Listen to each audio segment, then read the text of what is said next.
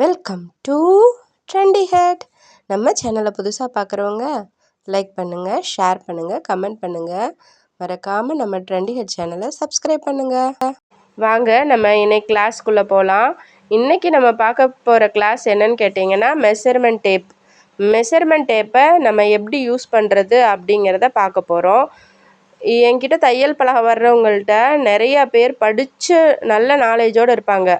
ஆனால் ஒரு மெஷர்மெண்ட் டேப்பில் வந்து ஒரு 5.5 இன்ச் குறிங்கம்மா அப்படின்னு சொன்னோம் அப்படின்னா அவங்களுக்கு 5 எது, அரை எது, கொஞ்சம் சொல்லி கொடுங்கக்கா, நான் இது வரைக்கும் டேப் யூஸ் பண்ணதே இல்லை அப்படின்னு சொன்னவங்க தான் நான் நிறையா பேர் பார்த்துருக்கேன். அதனால உங்களுக்கு மெஷர்மெண்ட் டேப்பை பற்றின நாலேஜ் கட்டாயம் தேவை. அதனால நான் வந்து மெஷர்மெண்ட் டேப்பை பற்றி இன்றைக்கி நான் உங்களுக்கு கற்றுத்தர்றேன். மெஷர்மெண்ட் டேப்பில் இந்த பக்கமாக கேப் கொஞ்சம் எக்ஸ்ட்ரா இருக்க மாதிரி பக்கமாக எடுத்துக்கோங்க. அதுதான் வந்து inch. 1 inch, 2 inch, 3 inch, 4 inch, 5 inch, 6, 7ன்னு போய்கிட்டே இருக்கும். சரி, இப்போ நான் சொல்லிட்டேன். 1 இன்ச்சுனா இது தான், 2 இன்ச்சுனா இது தான், 3 இன்ச்சுனா இது தான் நான் சொல்லிட்டேன். இதுவே வந்து 2.5 இன்ச் குறிங்க, 1.5 இன்ச் குறிங்க அப்படின்னா நீங்கள் எப்படி எடுத்துக்குவீங்க அப்படிங்கிறது உங்களுக்கு தெரியாது. இப்போ நம்ம அதை பற்றி பார்க்கலாம். இப்போ பாருங்கள், இது 1, இது 1க்கும் 2க்கும் சென்டரில் வந்துச்சுன்னா அது 1.5, 2க்கும் 3க்கும் சென்டரில் வந்துச்சுன்னா அது 2.5, 3க்கும் 4க்கும் சென்டரில் வந்துச்சுன்னா அது வந்து 3.5. இந்த மாதிரி எடுத்துக்கணும். இப்போ பாருங்கள், இப்போ 2ம் ஒரு கோடும் இருந்துச்சுன்னா அது 2 இன்ச்சும் ஒரு பாயிண்ட்டுன்னு நம்ம எடுத்துக்கணும். அதே 2ம் 2 கோடும் 2 இன்ச்சும் 2 கோடும் இருந்துச்சுன்னா அது 2.25. அதே 3 கோடு இருந்துச்சுன்னா அது 2.25ம் ஒரு பாயிண்ட்டும்.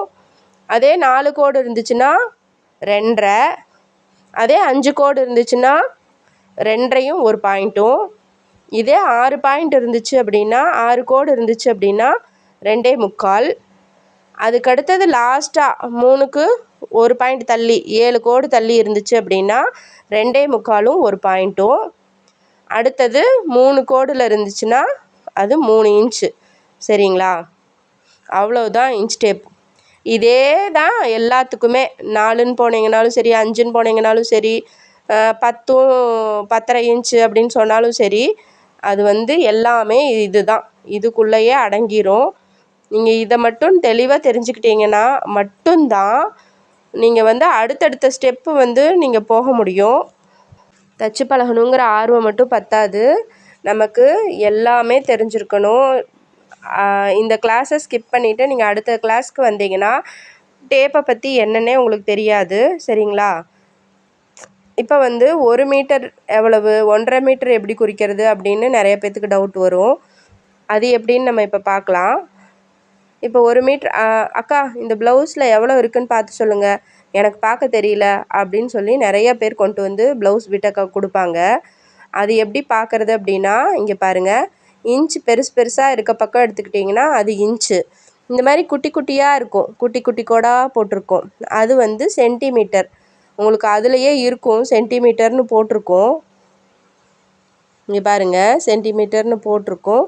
152 சென்டிமீட்டர் இந்த டேப்பில் இருக்குது அப்படிங்கிற விவரத்தையும் அங்கனையே போட்டிருக்கும். நீங்கள் உங்கள் டேப்பில் எல்லா டேப்லேயும் இருக்குமான்னு தெரியல, ஆனால் இந்த டேப்பில் இருக்குது பாருங்கள். இப்போ இதில் இப்படியே பார்த்துக்கிட்டே வந்தீங்கன்னா இங்கே பாருங்கள்,